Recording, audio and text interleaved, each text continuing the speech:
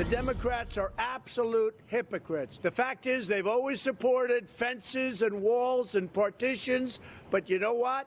They only don't want to do it because of me. The president is committed to protecting every single American citizen. He knows that without border security and without borders, you have no country at all, and he's calling on Democrats to step up and actually do their jobs. It's about safe communities. It's about wages, living conditions, quality of life. This is the battle right now, right before our very eyes. We are going to win because Donald Trump is not backing down. From the administration, all three last evening, the White House doubling down on border security. What is next now for thousands of migrants waiting in Tijuana to seek asylum? Texas Attorney General Ken Paxton is with us now. And, sir, welcome back to America's Newsroom.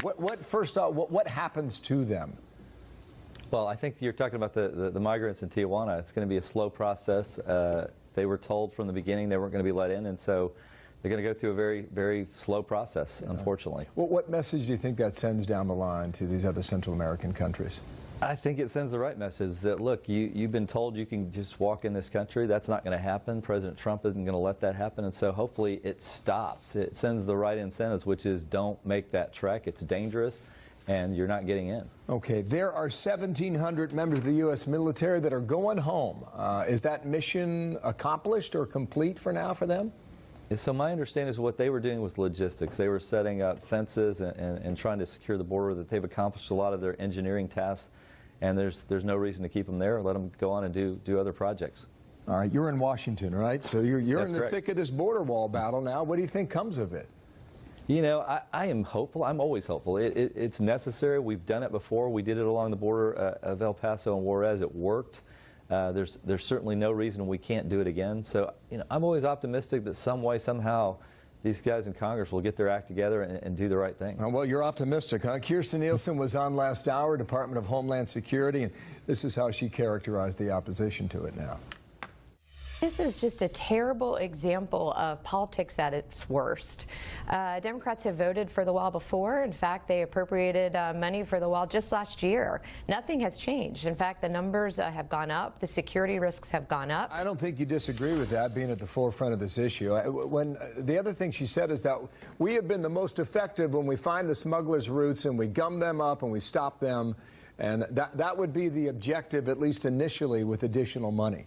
What is your sense from your border state of Texas on that? Well, there's no doubt that that would be useful to my state. I mean, we deal with the crime, we deal with the smuggling, we deal with human trafficking every day. That's why this is an issue that I wish the Democrats and Republicans would work on together. It literally affects the lives of thousands of people in my state and their safety. Why aren't they? You know, politics, it literally makes no sense. There's no downside to protecting our border. There's no downside to protecting our citizens. That's what the primary job of our government is to protect our citizens, and they're frankly just not doing it. I'm going to take you back to earlier in the week from the Oval Office. You know the moment, you watched it. Here's a quick recap for our viewers. The one thing I think we can agree on is we shouldn't shut down the government over a dispute. And you want to shut it down. You keep talking about it. The last time, Chuck, you shut it down. No. If we don't get what we want, one way or the other, whether it's through you, through a military, through anything you want to call, I will shut down the government. Okay, absolutely. fair enough. And I am proud, and I'll tell you what, disagree. I am proud to shut down the government for border security. Who do you think got the better of that argument? It's been debated all week, sir. Well, look, the Democrats have shut down the government many times. They've used it effectively. Now we're going to find out if President Trump can use it effectively being President of the United States. I think it's worth it. I think it's worth the safety of our citizens, and I think ultimately, if the President sticks to this, I think he'll prevail. Yeah. Would you like to have him, instead of just doing that message we saw online, maybe talk from the Oval Office or the Roosevelt Room and explain to the American people why he's taking the position he's doing? Because I think it would be worthy to do that.